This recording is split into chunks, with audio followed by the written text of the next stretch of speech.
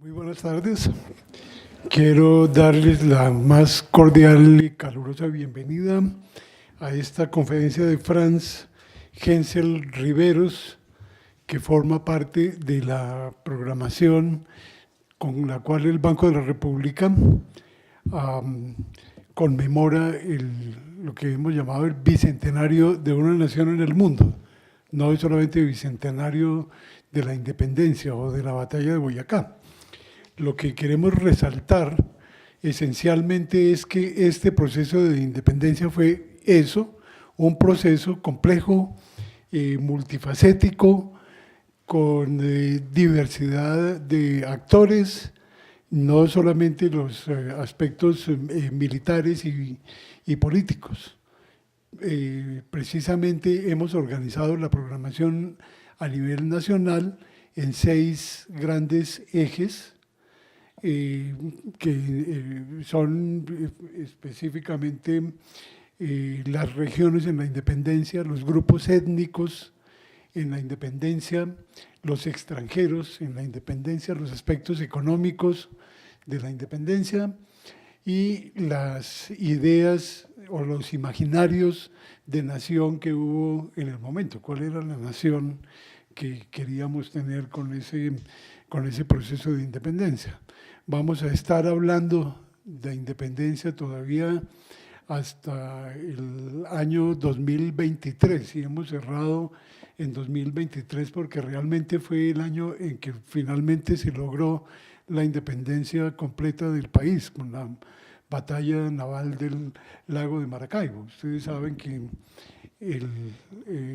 la batalla de Boyacá solamente liberó una porción del territorio nacional, otras debieron esperar algunos años más, como Cartagena, Santa Marta, toda la región Caribe y el sur, Popayán, Pasto, etc. Dentro de esos ejes que les he mencionado, pues uno muy importante que queremos resaltar es el de las mujeres, la participación, la presencia de las mujeres en el proceso de independencia. Hoy vamos a tener en la conferencia de Franz una visión alternativa muy novedosa sobre ese tema de la mujer en la independencia. Como él ha resaltado en varias ocasiones, no se trata solamente de llenar un vacío en el conocimiento y tratar simplemente a las mujeres como unas heroínas más al lado de los grandes héroes masculinos, sino realmente se trata de elaborar, construir una visión realmente de género incluyente sobre la mujer, no solamente en la independencia, sino en el proceso de formación de la nación. Franz tiene larga experiencia en este tema y ha escrito obras pues verdaderamente pioneras en este campo. Él es antropólogo e historiador de la Universidad de los Andes y tiene un doctorado en historia de la Universidad de Texas en Austin. Es docente actualmente del programa de historia de la Escuela de Ciencias Humanas de la Universidad del Rosario. Entre los libros y artículos que ha publicado se destacan los siguientes, para que ustedes miren los títulos: Cuidar los hijos, administrar el hogar y ser madre de la República, 1821-1850. Saber lo útil, dominar lo práctico, amar el orden, 1760-1850. Otro es La República y sus formas, la República Católica, Apostólica y Romana de principios del siglo XIX. Y Vicios, Virtudes y Educación Moral en la Constitución de la República, 1821-1852. O sea, exactamente el tipo de académico que necesitamos para que nos dé una nueva visión sobre estos temas. Entonces, te agradezco mucho, Franz, por haber aceptado nuestra invitación y a ustedes muy especialmente nuestro agradecimiento por su asistencia esta tarde. Muy buenas tardes a todos. ¿Ahí me escuchan bien? Sí, yo creo que sí. Un poco más. Primero que todo, muchas gracias por esa presentación tan generosa. Estaba pensando que hace rato no venía a la biblioteca y tengo un recuerdo muy especial de la biblioteca porque en la sala de libros raros y manuscritos de aquí fue que comencé como esta aventura de explorar estas formas o estas figuras de lo femenino, podríamos decir. Para serle sincero, en ese momento tampoco era tan sencillo porque teníamos en efecto una lectura que creo que en parte sigue predominando, aunque cada vez más tenemos nuevas visiones, en efecto, como lo estábamos señalando, de esta idea muy de hacer una historia de las mujeres para llenar uno que otro vacío, ¿cierto? Para llenar uno que otra imperativo político de la época, actual me refiero, en donde tenemos que saber un poquito más, un poquito menos de las mujeres en la independencia. Y creo que precisamente esta conferencia, dándole vueltas y vueltas y escuchando esas primeras cosas que uno escribe y que después no quiere que se las encuentren, pero hicieron un trabajo y es porque es muy difícil también tratar de liberarse, por eso digo, de una imposible prisión, y es tratar de pasar de hacer una historia de las mujeres a hacer una historia en clave de género, que como quisiera comentarles, tiene como otras posibilidades, pero también otros retos. Lo que quiero hacer con ustedes es un poquito diferente, no sé si a lo que se ha hecho, pero contarles algunas como salvedades o algunas precauciones que me parecen importantes, pues como tener en cuenta, luego dedicarme a un caso que encontré en el archivo, porque una de las cosas que me pareció más difícil cuando estaba, por ejemplo, construyendo esta cuestión de amar los hijos y frívolas y hermosas y útiles y bueno, y todas estas formas de representar y aproximar la figura de lo femenino a principios del siglo XIX, es que uno se quedaba en un tipo de fuentes muy representacionales, digamos, unas fuentes que tendían a dar cuenta de un horizonte que era más deseado que real, aun cuando muy importante, y uno se le escapaban esas fisuras que uno puede ver y que uno puede constatar muy bien desde una perspectiva en clave de género, solamente pensando, por ejemplo, en estas cuestiones como los manuales, epítomes, catecismos y una cantidad de fuentes que se empiezan a producir en la construcción, que siempre es tan frágil pues de esta república en la primera mitad del siglo XIX. Entonces, mi especialidad no es el PowerPoint, pero hice mi mayor esfuerzo para compartir con ustedes un par de cosas y luego, como se van a dar cuenta, hay una cantidad de texto porque quisiera también hacer un ejercicio con ustedes como de lectura en conjunto de este caso, pues que me encontré en un archivo judicial y que para mí muestra el camino, digamos, como que allana un camino en esa clave de historia de género. Y también digo yo que es una historia de una perplejidad porque creo que también como historiadores nos tenemos que bajar un poco del curubito y tratar pues de ser más humildes en términos de las aproximaciones que podemos hacer y también de las perplejidades que en esa tarea pues nos resultan. Y a partir de eso quisiera comenzar con esta cita. Un autor que es psicoanalista no muy conocido, no es John Scott, no, es un psicoanalista que tiene una frase que me ha rondado desde hace mucho tiempo y en donde creo que se sintetizan buena parte pues, de las tensiones alrededor de esta historia en clave de género. Entonces dice, la mujer no es inferior, se dice. Sus rendimientos, en orden a lo que se llama progreso, han sido ciertamente inferiores, casi nulos. Pero eso sí, la maternidad, el cuidado del hogar son dedicaciones excelsas. Por eso, la mujer debe quedar y centrar su esfuerzo en el cultivo de las cualidades que encarnan lo que, sin mayores esfuerzos, se denomina su feminidad.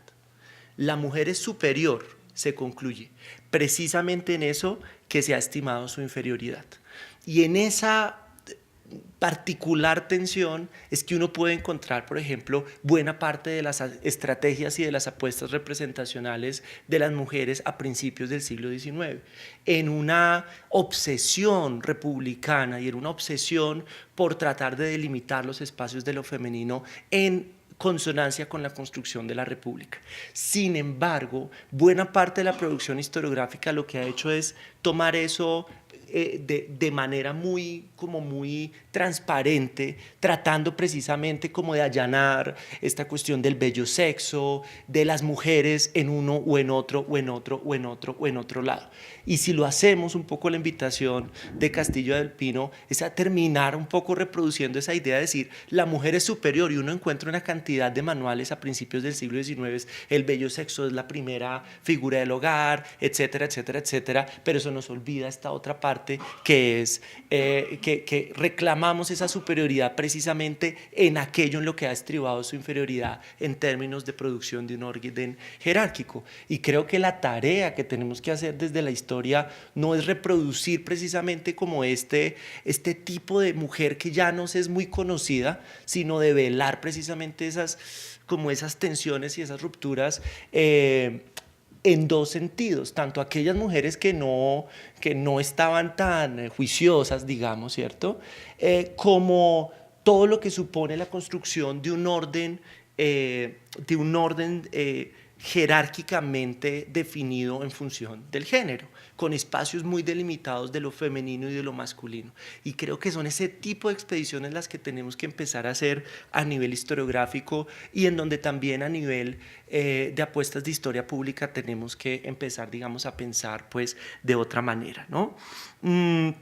En ese sentido, escribía por acá que la conferencia tenía ese propósito, ¿no? Compartir esta perplejidad e invitarlos a algo, y es a que dejemos de hacer historia de las mujeres. Esa es una de mis primeras invitaciones. Así, sin nada más. A nivel historiográfico, en un tránsito que tiene que ir de la historia de las mujeres a una historia en clave de género. A volver sobre estas diferencias para iluminar nuevas preguntas y posibilidades de comprensión histórica que este deslizamiento conlleva. Hemos venido haciendo historia de las mujeres.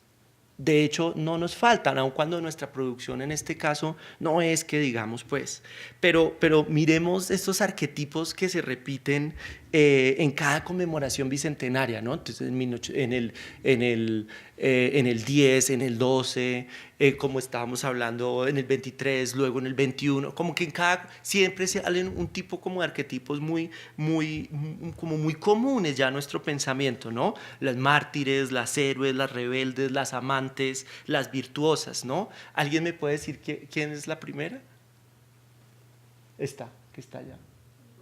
Policarpa Salabarrieta, es decir, ese es el billete de 10.000 anterior, es decir, realmente tenemos una profusión de esos, y que es interesante porque aun cuando tenemos una profusión, tampoco es que a nivel histórico tengamos una comprensión tan fina pues, de este personaje.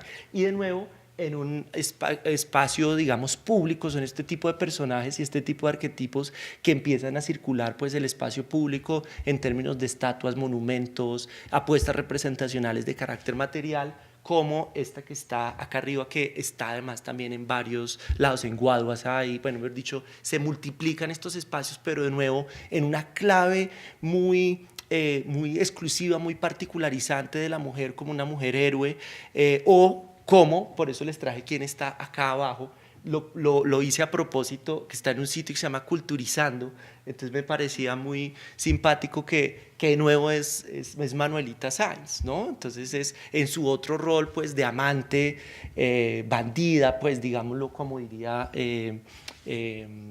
Miguel Bosé, en este rol muy en clave de apoyo pues a este tipo de héroes que son un poco más comunes pues al pensamiento, ¿no? Y esta que me parece también fascinante, que es pues estos personajes que se empiezan a salir, empiezan a escaparse y a filtrar pues el universo como de unas narrativas mediáticas como La Pola, que nos dice el subtítulo, Amar la hizo libre, ¿no?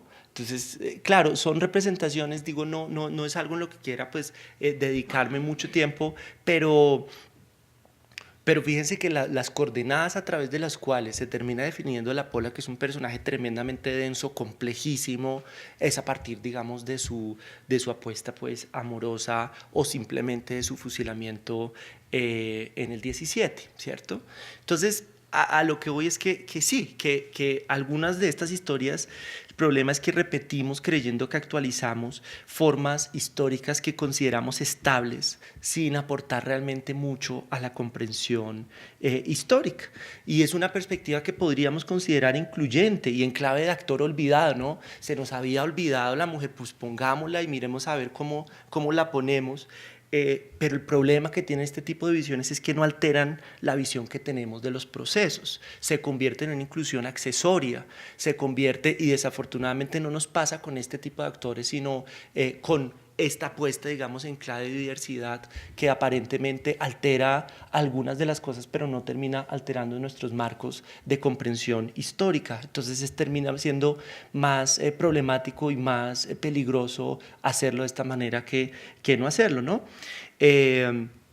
Entonces, ¿a qué va? Que uno termina haciendo como esta visión como accesoria, insisto, sin alterar la forma en la que uno puede comprender los procesos. Y esa es una de las principales razones por las cuales la invitación es un poquito a moverse a otro lado, porque no quiere decir desplazarse esta historia de las mujeres, no, de la historia de las mujeres a una historia de género o una historia de las formas de la sexualidad o a una historia de diferencias en clave de género a partir de la construcción de un orden social.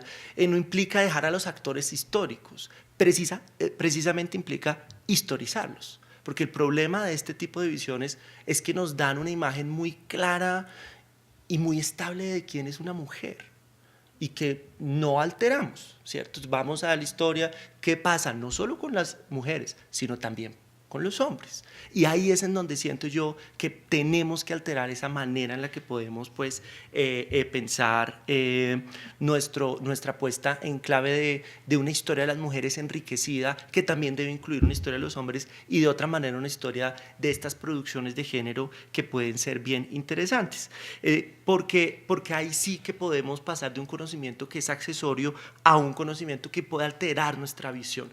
Hay un autor francés que se llama Jacques Rebel que habla de cambio, de un juego de escalas, ¿no? Entonces esto es casi de la misma manera, se trata un poco como de alterar la escala con la cual, como un cambio, por acá tenía escrito, como un cambio como un giro en la mirada, como un giro en la mirada que nos permita desde esas otras ópticas allanar cosas que no hemos visto de los procesos, que nos revelen otras maneras y otras lecturas. Y eso es un desafío muy grande. No creo yo que en lo que les estoy contando haya algo pues súper novedoso, pero es una invitación que en este tipo como de oleadas de conmemoración me parece importante como recordar, ¿no? Afortunadamente nuevas investigaciones han empezado a involucrar y han empezado a explorar el grado de involucramiento de las mujeres desde diferentes bordas políticas y ya no se preocupan tanto solamente por rescatar su papel en los procesos, si estaban o no, sino qué estaban haciendo y qué grados de acción política tenían. Tenemos un libro de Marta Lux, tenemos cosas de María Imelda Ramírez, algunos estudiantes y estudiantes doctorales que he conocido han empezado a allanar esas mujeres mucho más en otras escalas y en otros registros, en donde uno empieza, digamos, no solamente a pensar ese rescate de la mujer en los procesos, sino en mostrar un conjunto humano como somos todos, fragmentado, complejo y abigarrado, más allá pues de las sospechosas de siempre, ¿cierto? Que ni siquiera de esas tampoco es que sepamos tanto para hacernos muy sinceros. Y entonces en lo que viene, lo que quiero compartir con ustedes es como una serie de preguntas y reflexiones sobre las historias posibles y venideras. No tiene un carácter ni concluyente ni de una cuestión monográfica, pues testamentaria, si de esto es, sino un poquito más en esa clave de preguntas y reflexiones. Y eso implica algunos supuestos y algunos puntos de partida. Y es recordar que tenemos que por lo menos localizar como grilla de comprensión es que tenemos que, por ejemplo, empezar a mirar con mucho más cuidado esta historia de la diferencia sexual. Una historia no solo que parte de que los hombres y las mujeres ya están ahí constituidos, sino de cómo se ha organizado esa diferencia jerárquica y cuáles son los saberes, los actores, los instrumentos que han permitido organizar esa diferencia jerárquica en términos de diferencia sexual y cómo esa diferencia jerárquica en términos de diferencia sexual ha permitido construir un cuerpo social diferenciado y jerárquico. Ese es un punto de partida que un historiador de Estados Unidos que se llama Thomas Laqueur, que lo que hace es explorar estas formas a través de las cuales se construye y se constituye la diferencia sexual y los cuerpos a los cuales atribuimos esas diferencias. Me parece que es uno de los puntos de partida y una de las cosas en las cuales tenemos que llamar pues, la atención, porque implica convertirnos nosotros mismos en un objeto histórico. Significa de otra manera abrirnos a la posibilidad de hacer como antropología histórica, y es poder abrirnos a la pregunta de qué significa ser una mujer en un periodo determinado y qué significa ser un hombre en un periodo determinado. O sea, no tomarlo como un punto de partida, la historia de la mujer, sino como un punto de llegada, como un punto a través del cual diferentes contingencias históricas, intencionalidades, saberes y actores han terminado por dar algo que llamamos hoy día una forma mujer y una forma hombre, y una diferencia sexual entre ellos dos. De hecho, Laqueur lo que muestra es que a partir del siglo XVIII lo que se produce es una transformación profunda alrededor de la representación del cuerpo, en donde pasamos de una representación de un solo cuerpo en dos versiones a dos sexos, de un cuerpo como que tiene dos iteraciones, ¿cierto? Entonces recuerda la cuestión de Leonardo, esta cuestión de los órganos sexuales de la mujer como invertidos y del hombre como invertidos, digo yo, como internos, y del hombre hacia afuera, y cómo a lo largo del siglo XVIII y especialmente en el siglo XIX este saber biológico lo que termina es haciendo una confluencia, o más que una confluencia, una representación y una práctica y una intervención de los cuerpos como divididos en dos sexos, ya no en uno, dos iterados, sino en dos inmensidades y en dos conmesuraciones diferentes, ¿no? Y esas lecturas entre biología y sociedad nos tenemos que empezarlas a traer, ¿no? Como dice y como lo recuerda Virginia Woolf, en algún momento del siglo XVII, XVIII, la naturaleza sexual humana cambió.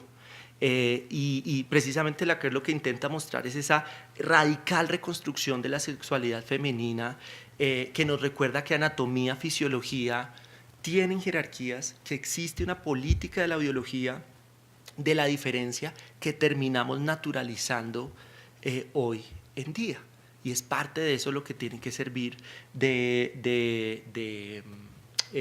punto de partida. Y la otra es una versión un poco más conocida para pues, imagino algunos de nosotros, y es pues esta invitación que hace John Scott, que yo creo que teóricamente es muy sencilla, pero metodológicamente es muy complicada, que es esta idea de una historia pues en clave de género, en clave de mirar como un orden empieza a constituirse y empieza a ordenar jerárquicamente espacios de lo femenino y espacios de lo masculino.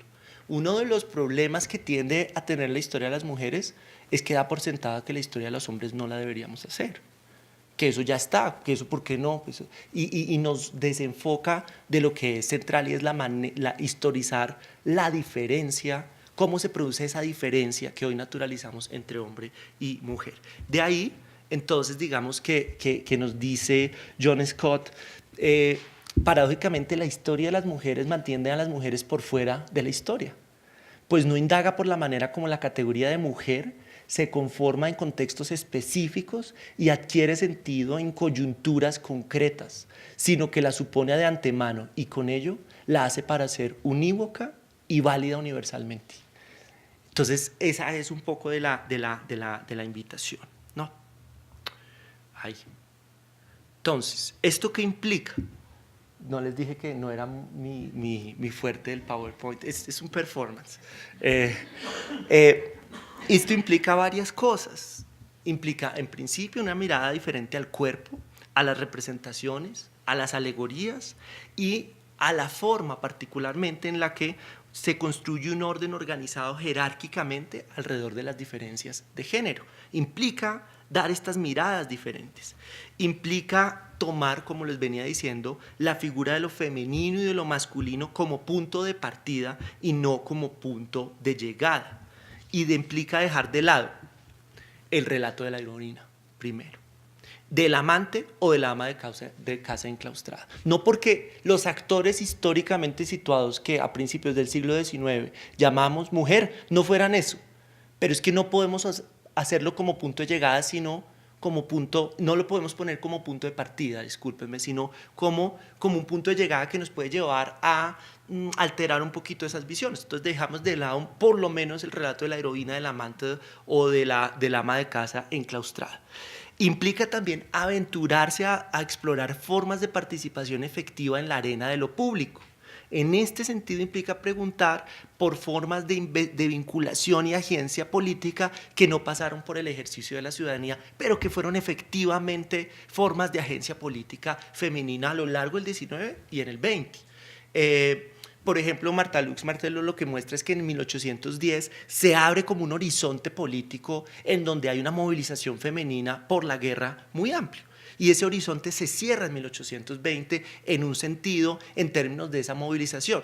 Como vamos a ver, se cierra por lo menos en términos de lo que uno diría una participación masiva, pero tampoco se cierra. Uno encuentra en el archivo, en los archivos judiciales especialmente, esas historias de las mujeres que no tenían tanta, o sea, que se sale un poquito como de estas diadas entre sí participación o no participación, y uno ve mujeres apropiando lenguajes constitucionales del periodo para avanzar en agendas políticas muy particulares o en agendas personales muy particulares, inscribiéndose desde la jerarquía, que es lo más interesante que quiero como compartir, inscribiéndose como madres, inscribiéndose como esposas, pero navegando el sistema de unas maneras que uno pues también se queda asombradas, pero son mucho más fragmentadas esas miradas y son las que tenemos que tener mucho más, de una forma mucho más atenta. Una estudiante, pues no me gusta decir estudiante mía, pues no es estudiante mía, digamos, una estudiante con la que tuve pues el honor de trabajar, hizo un trabajo muy bello sobre las matronas, le llamaban 1850, 1860, en pleno auge de reformas liberales y una reacción conservadora a esas reformas liberales, y se organizan políticamente pues, las mujeres conservadoras, ¿cierto?, para hacerle frente a las reformas liberales. Y aparecen en la prensa de una manera muy particular las matronas, como hay cuadros de costumbres de las matronas, que son estas mujeres, uno se imagina una matrona, creo que todos sabemos que es una matrona, pero se nos olvidó, y en esa coyuntura, en la mitad del siglo XIX, es fascinante porque es la que organiza los bazares, es la que organiza los chocolates en donde van a rezar el rosario, pero el rosario lo rezan al frente de los liberales. Entonces, es una forma de agencia política impresionante que nos implica pensar que esa participación efectiva en la arena de lo público implicó una incidencia política sin pasar por el ejercicio de una ciudadanía plena, pues como todos lo sabemos. Y de hecho, ella lo que llega un poco a mostrar es que los que fueron más reacios a la participación política de la mujer a mediados del siglo XIX no fueron los conservadores, sino fueron los liberales. Precisamente diciendo, no, estas señoras camanduleras, enciérrenlas, o sea, reproduciendo más este lugar, mientras los conservadores lo que hacían era, pues unas señoras que realmente tienen una capacidad de movilización. Y en ese sentido, uno debería pensar en un ejercicio de desidealizar lo femenino como ese resguardo de lo prístino y convertirlas en un caso de agencia efectiva, con márgenes de acción que no podemos olvidarlo, podían ser estrechos, ¿no? Y también implica olvidar toda historia de las mujeres en clave de liberación femenina, como una historia de crecimiento y liberación constante, porque ya les he venido diciendo un poco, 1810 se abren unos espacios de participación política, luego se cierran en un sentido, yo diría no todo, pero en un sentido se cierran, luego en el 30 está ahí, luego en el 40, en el 50, el 60 se abren unos espacios, pero son unos espacios que son un poco más en ires y venires y no en clave de crecimiento constante o de cada década ir como transitando hacia un camino hacia la liberación, no, sino más un ejercicio mucho más itinerante, si se quiere, o mucho más tenso de ires y venires entre espacios de posibilidad de acción efectiva y espacios de posibilidad en donde esa acción se restringía o por lo menos era la pretensión de restricción, ¿no? Y también quitar esta imagen de no, participación política liberal, restricción política conservadora, realmente para, como les decía en el caso de las matronas, que llamaban las sacerdotisas de las costumbres de los pueblos, en algún lado de la caridad aparece eso, pues no nos calza tan bien. Y esa es precisamente la historia que uno tiene que seguir pensando. Y en el quinto punto, una experiencia de participación femenina, cómo disociarla de una lucha de progresivas libertades. Son libertades que se ganaban, que se como mucho más elásticas y no tanto tan escalonadas, ¿no? Con respecto al caso de la independencia, la intuición aquí es que sí la guerra desató espacios de movilización de conjuntos de mujeres, y también desató o abrió un espacio de posibilidad, pues podemos decirlo así como al decir de Koselleck, de construcción de un orden republicano. Y la construcción del orden republicano lo que hace es refrendar, y más que refrendar, delimitar o relimitar esas jerarquías, límites, espacios entre hombres y mujeres. Y esas son historias que no hemos hecho. Es decir, esa historia a través de la cual un orden republicano se vuelve a plantear como la cantidad de publicaciones y republicaciones de la época lo atestiguan, se vuelve a plantear y se vuelve a relanzar la pregunta sobre en los límites de ese orden social, en la constitución de ese orden social. Y uno sí ve, por lo menos en los 20, una obsesión muy grande con delimitar muy bien esos espacios, con delimitarlos a través de las nuevas casas de niñas que se abren, de los manuales, de los epítomes, de las traducciones y transliteraciones de Eufemia, de las nuevas lecturas de Loíza mucho más situadas. Bueno, en fin, uno sí ve que hay una obsesión por delimitar esos espacios de lo doméstico como el espacio de la paz, del remanso, y de lo público como lo caótico, un espacio más masculino. El punto es que como historiadores tenemos que problematizar precisamente eso, porque la existencia de esas fuentes lo que nos muestra es un orden que se está constituyendo en esa clave, y tenemos que explorarlo más. Esa profusión que sí es muy particular en la década de los 20 y los 30, por ejemplo, de una cantidad de manuales y de prescripciones sobre lo que debe ser la mujer, sobre lo que ha de ser. Entonces uno dice, no, muy rápidamente es una sociedad que claramente delimitaba muy estrictamente pues, los espacios de participación o los espacios, y yo creo que más que delimitaba, temía o veía precisamente esta profusión de formas en las cuales las mujeres aparecían y desaparecían, que necesitamos pues seguir pues digamos como estudiando, ¿no?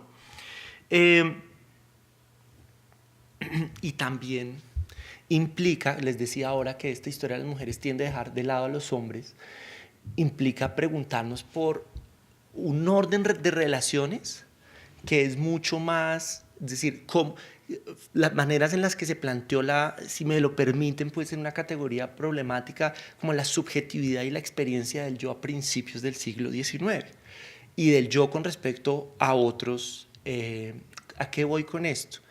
Yo no creo que nosotros entendamos cuál es el orden de experiencia o el tipo de sensibilidad que los hombres tenían con respecto a sus pares, por ejemplo.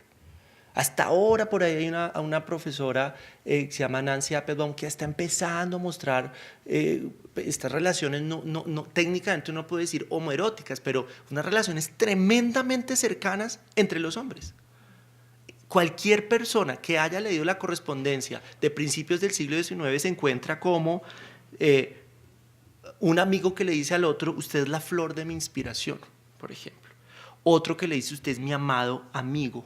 Otro que le dice, no puedo vivir sin usted. Parece, digamos, Verónica Castro. Otro que le dice que es querido mío. ¿Cómo entender esas formas de intimidad masculina? No lo sabemos. No lo sabemos. Si hay alguien que lo ha hecho, es un profe uruguayo que se llama Pedro Barrán, que ha hecho esta historia de la sensibilidad en Uruguay.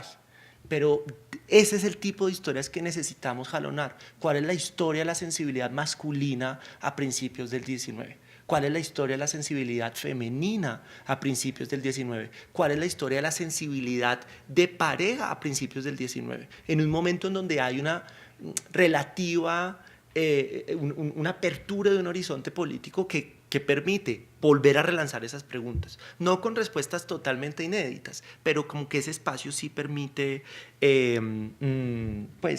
preguntarnos más cosas de las que yo creo que nos hemos preguntado. Y también parte de lo que quería hacer trayendo este tipo de cosas es que pues entre todos necesitamos hacerlas, no hay posibilidad de que una persona u otra lance como esta apuesta como de construcción de una agenda historiográfica, porque necesitamos es pensarla en conjuntos, ¿no? Les decía también hace un tiempo que volver al género es también una invitación a cambiar de escala. Como pensemos, digamos, como lo femenino es como una localidad, no tanto como un vector histórico estable y concreto, sino como una localidad, como un punto de mira desde el cual uno puede ver otras cosas y probar otras ópticas. Eso implica también cambiar de archivo, si se puede. En algunas de las cosas que al inicio yo empecé a hacer estaba un poco como, pues, son divertidas, simpáticas, bellas, la prensa del 19, estos manuales. Hay un texto de José Félix Merizalde que realmente se los recomiendo, que se llama El epítome de los elementos de higiene, publicado en 1826, que es fascinante. Pero sí siento que necesitamos para estas historias un cambio de archivo, como un cambio de registro que nos permita... ¿Qué es lo que pasa con estas historias? Son más dispersas, no son el movimiento comunero con la participación de... No son la participación de las mujeres en la independencia y el destaque, que tampoco es que sepamos mucho, pero bueno, sí, no es no, tampoco es esa cotidianidad que no es historia de la vida privada, sino es esa cotidianidad del poder, si se quiere, que nos puede permitir otras ópticas, pero es mucho más dispersa documentalmente, pero no por ello menos importante. Y en ese sentido, cosas como las acciones judiciales, en esta clave que les he venido comentando con estos supuestos, puede ser interesante pues analíticamente. Entonces quiero comentarles y quiero compartir con ustedes este cambio de óptica con uno que me encontré, pues no de casualidad, realmente es muy difícil ubicar este tipo de casos, pero pues tuve la fortuna de encontrarlo en el Fondo de Asuntos Criminales. Ahí está legajo, folios, por favor, para que lo leamos, en Ibagué, de la señora Josefa Cienfuegos, que se queja contra el alcalde municipal por insultarla e injuriarla. Esto es 1825, momento de construcción y momento de apertura, digamos, como de ese horizonte constitucional que promete lanzar la estabilidad de una república que se vuelve a quebrar en el 28, que se vuelve a quebrar en el 30 y así sucesivamente. Si me lo permiten, y eso quisiera hacerlo, quisiera como emprender acá un ejercicio de lectura colectiva, porque lo que acá nos pasa es bien interesante, ¿no? Porque por la compra de un Cordobán, la señora Cienfuegos se rehúsa, que es comerciante en Ibagué, se rehúsa a hacer un pago en peseta mexicana. Ya no, lo que llega y pasa en este caso es que su cliente se queja con el alcalde, con ya les digo el nombre, don Francisco Ruiz, se queja con el alcalde va y la obliga a cambiarla. Ella dice que no, 3 veces, hay un problema, finalmente entonces ella pues termina en muy malos tratos con el alcalde primero de Ibagué. Entonces veamos cómo inicia, ¿no?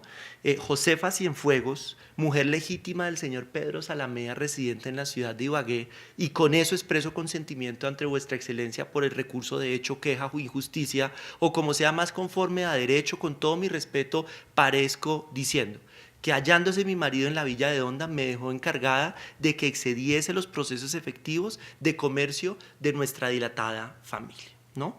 Primera cuestión es que se sitúa como madre y se sitúa como esposa de un comerciante. Yo no estoy hablando en nombre propio, estoy hablando por mi esposo que no está, ¿cierto? Entonces, eso es lo primero, ¿no?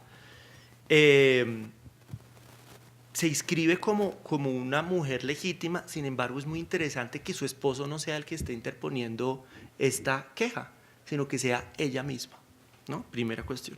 Y segunda, en esa lógica uno tendería a pensar que es una estrategia bien interesante de reclamarse y de mostrarse como mujer, y ella lo dice, mujer legítima del señor Pedro Salamea, a través de la cual ella se puede posicionar para avanzar su agenda. Entonces, ¿qué nos dice ella? Nos dice, el alcalde municipal primero, Francisco Ruiz, vino a demandarme, quien sin haberme oído y vencido en juicio, se presentó en mi casa a llamar, e insultándome con palabras denigrativas y ofensivas a mi honor, y amenazándome con que me reduciría a prisión si no recibía el pago que le estaban forzando a recibir. En efecto, viéndome ajada y sin recurso alguno, recibí la peseta y tuve que sufrir los insultos que aquel juez me hizo. Estos atentados, excelentísimo señor, esto está ante lo que hace Josefa, es enviarlo a el Consejo Superior, porque los alcaldes en este tipo de jurisdicciones también fungían como jueces y realmente lo decían. Entonces envía su caso al Consejo Superior. Son de la mayor trascendencia, pues que a una mujer honrada se le aja y vilipendia estando ausente su marido solo por una friolera, que es la venta del bendito pues cordobán, ¿no? Este mismo alcalde, y fíjense la manera, entonces es ella diciendo que ella es esposa tal, su esposo no es el que interpone la queja, sino es ella la que dice, sí, yo estoy acá, este señor me vilipendió, esto fue lo que hizo tal. Dice, además, este mismo alcalde debió saber que el artículo 16 de la Constitución del 21 previene que nunca podrá ser allanada la casa de ningún colombiano. Entonces uno se da cuenta de estas formas de lectura, de apropiación de los órdenes constitucionales que son relativamente recientes, sino en los casos determinados por la ley y bajo la responsabilidad del juez, que expida la orden. Los casos determinados están muy expresos en el artículo 3 de la ley del artículo de la ley de 3 de agosto del año. ¿Y sería motivo legal, se pregunta, para allanar la casa de un ciudadano honrado una demanda de estas? Solo en la cabeza del alcalde de Ibagué puede caber semejante disparate. Este juez, tanto más ignorante cuanto orgulloso, ha infringido con descaro y con una imprudencia sin igual la Constitución y las leyes. Yo me acojo al tribunal suyo, donde reina la justicia y dominan las leyes, con el objeto de que ésta se imparta. Y así concluyó, ¿no? Entonces usa de una forma muy hábil el momento de construcción de un orden republicano para denunciar lo que ella señala como el despotismo de unas nuevas autoridades. Se marca como mujer de alguien, pero es ella quien inicia la causa. De hecho, usa la sumisión a su marido como otro de los argumentos en contra del alcalde. Dice que el juez debió haber sabido que él no podía comparecer sin expresa licencia de mi marido. Entonces, usa algo que en términos de agencia efectiva es limitante, como la necesidad de la presencia del marido, como un argumento jurídico a su favor. Entonces, y lo usa de una manera muy hábil para decir, mire lo que me está diciendo, además no es valedera este tipo de órdenes sin que la mujer esté, dice, el permiso expreso de su marido, o en donde no valga el permiso de su marido. Y vuelve a las leyes recién fundadas que al parecer conoce muy bien. Dice que en lo del artículo 16 que no puede que si es un motivo legal, etcétera, etcétera, etcétera. ¿Mm? Bueno, dice entonces al final que por favor le diga y que le imponga al alcalde Francisco Ruiz, se sirve en probar sus procedimientos, imponiéndole una pena que sea capaz de hacerlo entrar en su deber, condenándolo en los costos, daños y perjuicios que me ha derogado por sus excesos. Entonces, en otra parte del sumario, encontré la declaración del alcalde Ruiz. Y la declaración del alcalde Ruiz es un poco diferente. Porque uno lee a Josefa Cienfuegos y dice, sí, no, es que esto es el... Y uno lee al alcalde Ruiz y dice, bueno, ¿cierto? Dice que en 3 ocasiones este señor Manuel María Hernández fue, ¿cierto?, a recibir el Cordobán con una peseta mexicana corriente y que ella no la quiso recibir. Dice, a la 3ª vez la mandé a llamar a mi juzgado, pero ella no solo faltando a la obediencia que se debe a un magistrado, sino a la educación y crianza y efecto de su orgullo y altanería, me mandó recado que si la necesitaba, viniese a su casa. Fui en efecto a su tienda, sin haber y reconvenido por mí, prorrumpió en insultos e injurias, señor excelentísimo. En semejante caso se necesitó de la moderación más audaz. Verse un juez insultado solo porque tiene que cumplir las leyes. En este contexto es bien interesante, en la prensa uno sí encuentra muchas publicaciones en esa clave, ¿no? Del Huerfanito Bogotano, que es un periódico que me encontré acá en la Luis Ángel Arango, que es fascinante, en donde se quejan mucho porque la idea de Huerfanito es que los bogotanos están huérfanos de padre porque cada quien más o menos hace lo que quiere. Hay unos casos en los que dicen que los ciudadanos ya no se quitan el sombrero ante el magistrado como se usaba, que más o menos aquí ya nadie respeta. Hay una obsesión por la obediencia en este momento, ¿no? Y acá uno puede ver Josefa Cienfuegos como muy hábilmente, no sabemos realmente, no importa qué pasó, sino es la manera en la que esta mujer con acción política limitada puede navegar de una manera bastante eficaz y bastante efectiva el orden jurídico, incluso, como vamos a verlo, siendo goda, en clave de siendo realista, ¿no? Entonces dice el pobre, vamos a decir, alcalde de Ibagué, Francisco Ruiz, que pues ella se quedó con el Cordobán y la peseta, devolviéndole al interesado 4 reales de los 6 que le había dado por él. Y yo tuve que retirarme por no cometer un atentado. Y esto es, señor excelentísimo, lo acaecido el 5 de julio de 1825. Y esto es lo que ella llama en mi ignorancia, orgullo, despotismo y ultrajes. Adicional, y esta parte es fundamental, todas las injurias que vertí contra ella fue habiéndome dicho que ella tenía demasiado carácter y honor. De nuevo, es muy bello la manera en la que ella ata estas nociones de honor, que uno tiende a pensar como una mujer que no sale de lo público, ¿cierto? De honor, de decencia, de pureza, de domesticidad, cómo se usan y se articulan en este tipo de contextos que son públicos, ¿cierto? Entonces dice que ella, teniendo demasiado carácter y honor, no pensaba que estaba tratando, que no pensara, la inscripción ahí es muy difícil, pero más o menos dice, ella le reclama, usted no piense que usted está tratando con una ibaguereña, no sé qué pasaba, pero que usted no piense que está tratando con las ibaguereñas, porque había gran diferencia.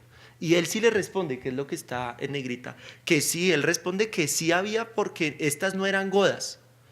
Y a lo que ella le contestó que ella sí lo era, que ella sí era goda y que en su cara se lo había dicho a los oficiales de Santander, mejor dicho, que no era republicana, sobre cuya expresión y otras antecedentes él también le abrió otro sumario por falta de obediencia pues a la República, que existe en este archivo para su adelantamiento. Fíjense lo interesante que esta es una mujer que ella misma, o por lo menos eso dice Francisco Ruiz, se declara goda, antirrepublicana, se lo dice en la cara a los oficiales, en lo otro le abre un expediente, pero también navega el orden constitucional colombiano para resarcir por lo menos su ofensa o la ofensa que ella reclama el alcalde ha infringido.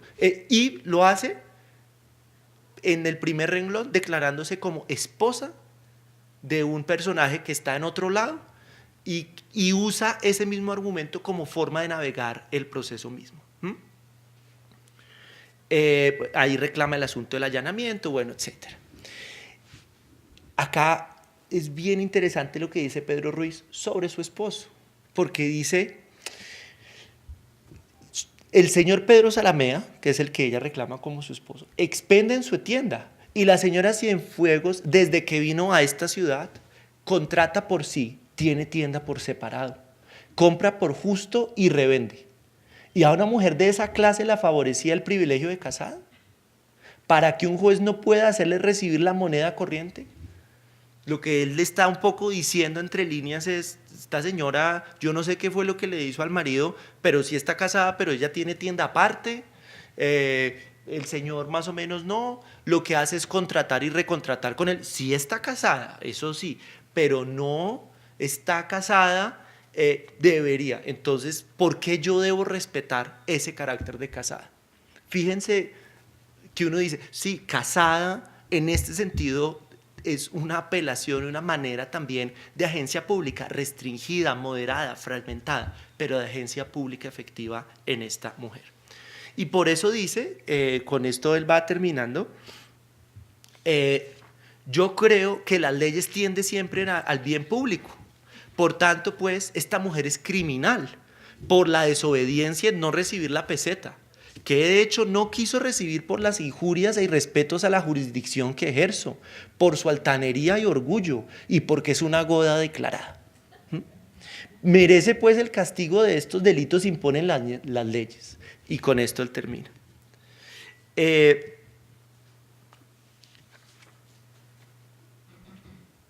Añado que de esta señora ha sido demandante y demandada en mi juzgado, es decir, no es la primera vez que Josefa va a su oficina, sin preceder licencia del marido, por ser una mujer, como he dicho antes, que trata y contrata por él.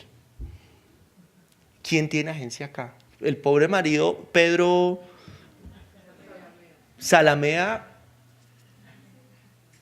ni idea. Entonces, con este caso, que no quiero que se quede en lo anecdótico, sino siento yo que estos casos más fragmentados, de archivos disímiles, de archivos que tenemos que salir a encontrar, podemos empezar a tener estas historias que nos permitan no solo mostrar la participación efectiva de las mujeres en tal proceso, no, ni tampoco la vida cotidiana de cómo se vestía la señora en la Santa Fe, tampoco, sino cómo navegaban esos intersticios. Y en ese navegar de los intersticios, claro que había unas dominaciones violentas, claro que también había unos espacios de acción efectiva, y claro también que había unos momentos de producción y recreación de un orden que terminaba legitimando que había una esfera que parecía tener algo que ver con lo femenino y doméstico y otra con lo masculino y público, pero que la existencia de estos casos nos haga ver realmente que la tarea precisamente es mirar cómo en esas apuestas de reproducción y de construcción de estos órdenes disímiles tenemos que de manera efectiva poder explorar esas territorialidades muy específicas, esos cuerpos femeninos muy particulares que nos dan otra óptica. Cuando pensamos el caso de Josefa Cienfuegos, más allá de la anécdota, la imagen del orden social que uno tiene de la primera mitad del siglo XIX y de la década de 1820 quizás se altera un poquito, porque entonces uno ya no está pensando solamente en Policarpa, o en la señora casada haciéndole sino en otros agentes, en esos agentes que son más complejos, como somos los seres humanos, y en esos agentes que igual, navegando el sistema, también estaban no encapsulados, sino estaban, contribuyeron sin quererlo, a la reproducción de estas esferas que son fundamentales del orden republicano, ¿no? Entonces, para concluir, quisiera que nos quedáramos acá con una idea del cuerpo femenino como un espacio de disputa, al igual que el cuerpo masculino. Desde lo más carnal y violento del cuerpo femenino como lugar de inscripción de lo enemigo, que en la primera mitad del siglo XIX y en las guerras de independencia se presentó, ¿cierto? Hasta el cuerpo femenino como este vector de navegación entre lo público y lo doméstico, ¿cierto? Entonces ese es el primero. Quiero que nos quedemos también con una posibilidad de pensar el cuerpo femenino también como escenario de intervención, de dominio, de producción de un orden. De ahí la cuestión de la higiene, de los manuales, ese cuerpo femenino que se trata de encauzar y en donde también tenemos que seguir historiando como esas posibilidades, ¿cierto?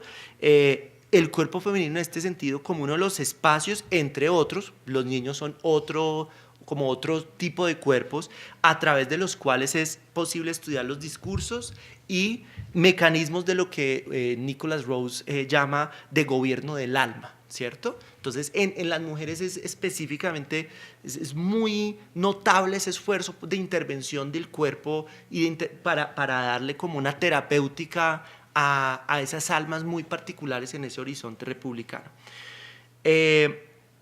Pero también implica visibilizar esos procesos, no tomarlos como solamente en la parte que están los manuales, etcétera, sino preguntarnos cuál es la relación entre este tipo de publicaciones y este tipo de obsesiones con la emergencia y la construcción de un orden que tenía una serie de ansiedades, como dice Rebecca Earle, alrededor de la construcción y de su propia legitimación.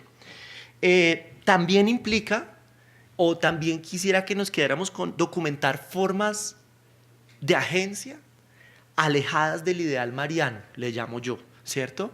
De esa mujer que uno ve, sí, las rezanderas también eran públicas y políticamente muy intensas, pero alejarse pues de ese ideal mariano, explorar formas de agencia criminal, pero no quedarnos con las caricaturas. En el archivo también encontré de un asesinato de una esposa a su esposo. Entonces, claro, son esas formas que son las más extremas, las que uno tiende como a privilegiar más. Pero la invitación es a no quedarnos con esas formas tan caricaturizadas. Una otra invitación y muy atada como a la anterior que les estaba contando, es pensar el cuerpo femenino como ese depositario de expectativas y obsesiones de lo que la sociedad debería ser y de lo que no es, ¿no?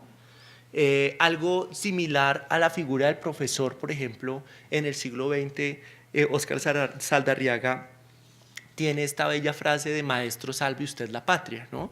Que le depositamos todo al maestro, todo. Y un poco en ese sentido también creo que la figura de la mujer como depositario de expectativas también necesitamos verlo y verlo con más cuidado. Quiero que nos quedemos con esa preocupación o con esa pregunta alrededor de estas relaciones y de la experiencia, de esas experiencias de intimidad al interior de los géneros, de las cuales no sabemos, de las historias de las sensibilidades, si queríamos saber. Pero también con el rol central de la jerarquía de género en la construcción y reconstrucción del orden social. Recordemos que la independencia lo que abre es algo inédito y es un proceso de legitimación de la sociedad por sí misma, que pasa que es un vértigo en sí mismo, porque pasa de una figura del rey como horizonte y como referente de legitimidad a una obsesión de legitimación de la sociedad por sí misma que no es natural. Digo, no es más que natural, que no es mecánica, que no es automática, de manera, para decirlo de una manera un poco más clara. Y más aún, comenzando y con esto termino, dejar de considerar a las mujeres como accesorias en los relatos. La exploración de la forma misma en la que se disputan y transforman las definiciones de lo femenino y lo masculino como campos diferenciados, como atributos específicos, deben llevarnos a salir de la heroína, de la mártir, de la amante, de la abnegada y tienen que mostrarnos cómo aquellas mujeres y hombres tan estables y contenidos que a veces se nos aparecen han de ser ellos mismos también historiados. Muchas gracias. Voy a comenzar con la primera, que me dice: muchas gracias por la letra tan clara. Yo no tengo una letra tan clara, por eso no puedo preguntar tanto así con papelitos. La participación de las mujeres en el siglo XIX es poco visible y representada por criollas o mestizas. ¿Conoces casos de indígenas, mulatas o negros? No. Me encantaría que me los mostraran. Porque, por ejemplo, yo no sé Josefa Cienfuegos, a veces es muy difícil la inscripción racial en los casos judiciales, es decir, no es tan fácil uno ver esa autoidentificación que a veces los historiadores estamos tratando de encontrar. Conozco casos, no, y vía historiografía más. Sarah Chambers, en el caso de Arequipa, tiene unas, no específicamente de mujeres mestizas, de mujeres mestizas y mujeres indígenas, de hecho, y ciertas como apuestas como de disrupción del orden republicano con las faldas, por ejemplo, y con ciertos trajes que hoy día podríamos considerar típicos. Ese caso lo conozco. En el caso colombiano, no. Y creo que debe haber un archivo, por lo menos en lo que implican las mujeres indígenas, un archivo que es amplio, porque ustedes saben que de los actores colectivos que más sufrieron, o en donde esta retórica de la república como liberación no aplica, es en las comunidades indígenas. Entonces yo estaría tentado a pensar, por ejemplo, que archivos como los de Pasto, que se han visto más en la clave realista, después deberían traer estos casos de desobediencia in extremis realmente. Entonces esta invitación sería a que pues, me ayudaran a explorarlo y ustedes mismos también se sumaran a esta tarea. El otro fue lo de papel de las mujeres afrocolombianas e indígenas, está en esta misma línea, ¿cierto? Perfecto, gracias. Que es una pregunta también que me hacen. Hay una que es muy difícil. Dice: para los que no somos científicos sociales, ¿nos podría diferenciar los términos femenino de género y un sinónimo para agencia? Entonces, sinónimo para agencia, uno podría decir acción, como esta apuesta. La idea de agencia es una manera diferente de decir resistencia, ¿cierto? Digamos, hay esta lectura, por ejemplo, de James Scott de las armas de los débiles, etcétera, en donde dice incluso que cuando ellos no están haciendo algo, ¿no? Como la cuestión que tenemos casi a nivel folclórico de los boyacentes diciendo sí, su merced, y por detrás, pues, no puedo hacer acá la seña, pero como diciendo no. Entonces de ahí es que viene, de esta idea como de resistencia. ¿Por qué yo uso la categoría de agencia en vez de resistencia? Porque a veces la agencia también implica la producción y la reproducción del orden, ¿cierto?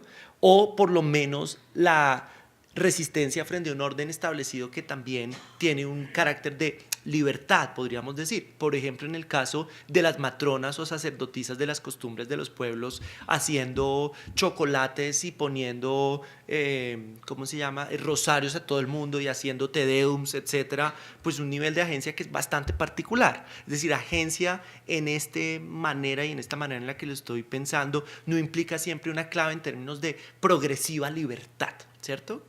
O de una resistencia frontal, sino formas en las que se navega la acción pública y política algunas veces de ciertos actores. Eso por ese lado. Y yo diría que la perspectiva de género, para la otra pregunta, la perspectiva de género es la que nos permite el género en esta lectura es como una perspectiva, una óptica que nos permite ver cómo se configuran en momentos específicos del tiempo algo que llamamos lo femenino y algo que llamamos lo masculino. Entonces yo pensaría que la entrada es, en ese sentido, el género como óptica.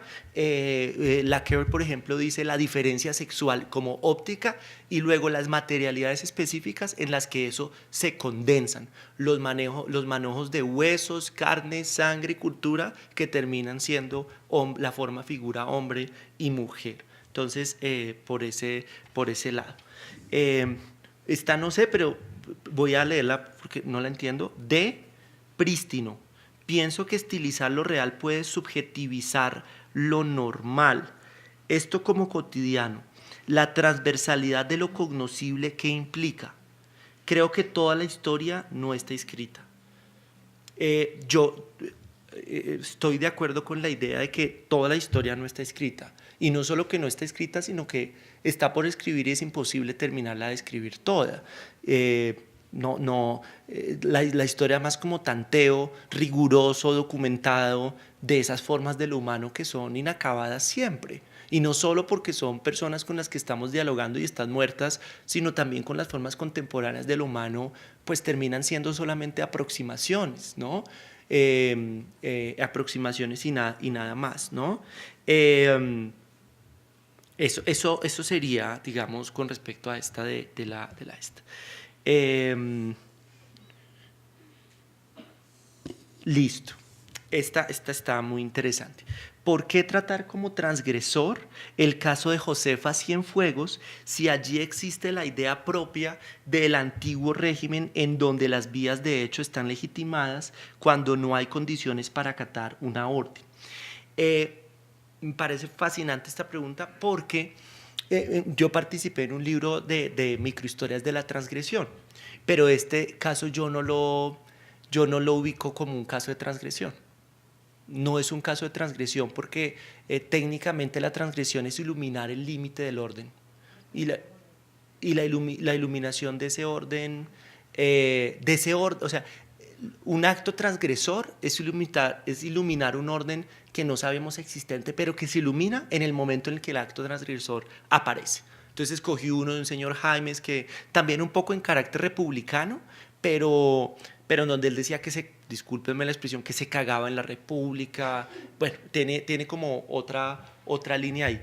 Pero el caso de Josefa no es transgresor, es un caso en donde en efecto, como ella Goda, que se representa a sí misma, lo que hace es retomar una cultura jurídica propia del antiguo régimen y una cultura de navegación de esta cantidad de leyes agregadas propias de la monarquía hispánica para navegar un orden que aparece diferente, digamos, y que se instituye como diferente con una cultura política y jurídica que viene de atrás. Entonces, por eso no es transgresor, pero sí nos muestra estos lugares de acción pública femenina, o por lo menos en esta territorialidad específica de esta mujer, que vale la pena señalar.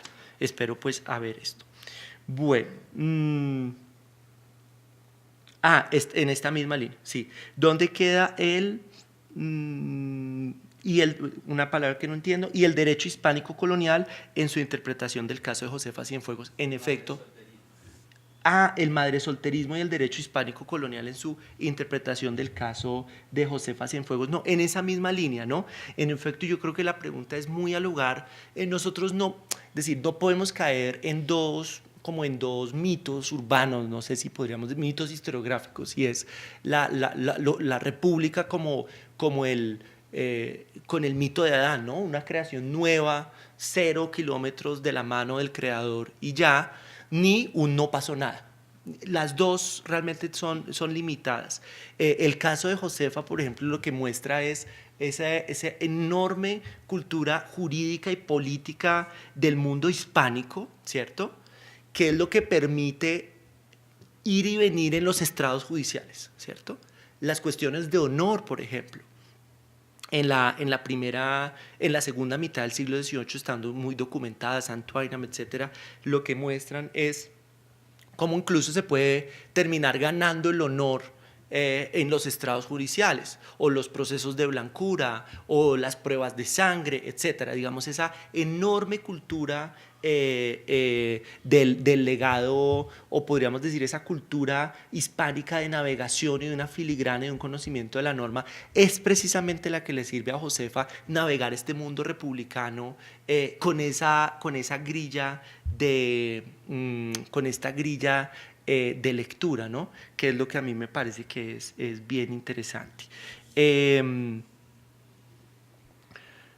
Y finalmente nos dicen cómo la representación que se tiene hoy de la mujer desde la víctima, Natalia Ponce de León, Madres de Soacha, etcétera, se da una representación nociva para la construcción de la representación del feminismo.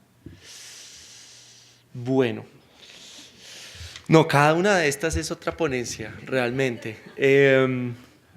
A ver, analicemos. La representación que se tiene hoy de la mujer desde la víctima, pero es que hay dos casos que son bien, ya digamos, saliéndonos de Josefa y su... yo creo que, por ejemplo, en el caso de Natalia Ponce de León, lo que es interesante es que hay una desinscripción de la mujer como víctima en la lectura que yo hago del caso de Natalia Ponce. No es una agencia de ella como víctima, sino una agencia de ella como mujer, que me parece que es bien interesante. Y de hecho, como la pregunta es un poquito como en términos, podríamos decir incluso en términos de agencia, el lugar de víctima también implica y también habilita y también permite espacios de acción política bastante fuertes, la identificación como víctima. Y la otra es en qué medida es nociva esta representación de la mujer como víctima de hoy, como Natalia Ponce, etcétera, nociva para la construcción de la representación del feminismo. Yo no hablo tanto del feminismo en la medida en que, pues digamos, en que es mucho más, en que no creo que sea nociva la representación de la mujer desde la víctima, en la medida en que la agenda del feminismo, no hay una agenda del feminismo o una agenda única del feminismo. Y uno podría articular argumentos del tipo que la misma forma en la que Natalia Ponce está ejerciendo su voz como mujer, insisto, en el caso de Natalia es como mujer, no como víctima, lo que hace es habilitar nuevas posibilidades para pensar lo femenino, más allá de la víctima. Entonces, bueno, voy a llevarme estas preguntas porque de verdad están muy sesudas, y quería agradecerles de nuevo a todos por su atención y pues por haber venido y sacado acá un tiempo el jueves a las 5 de la tarde. Gracias.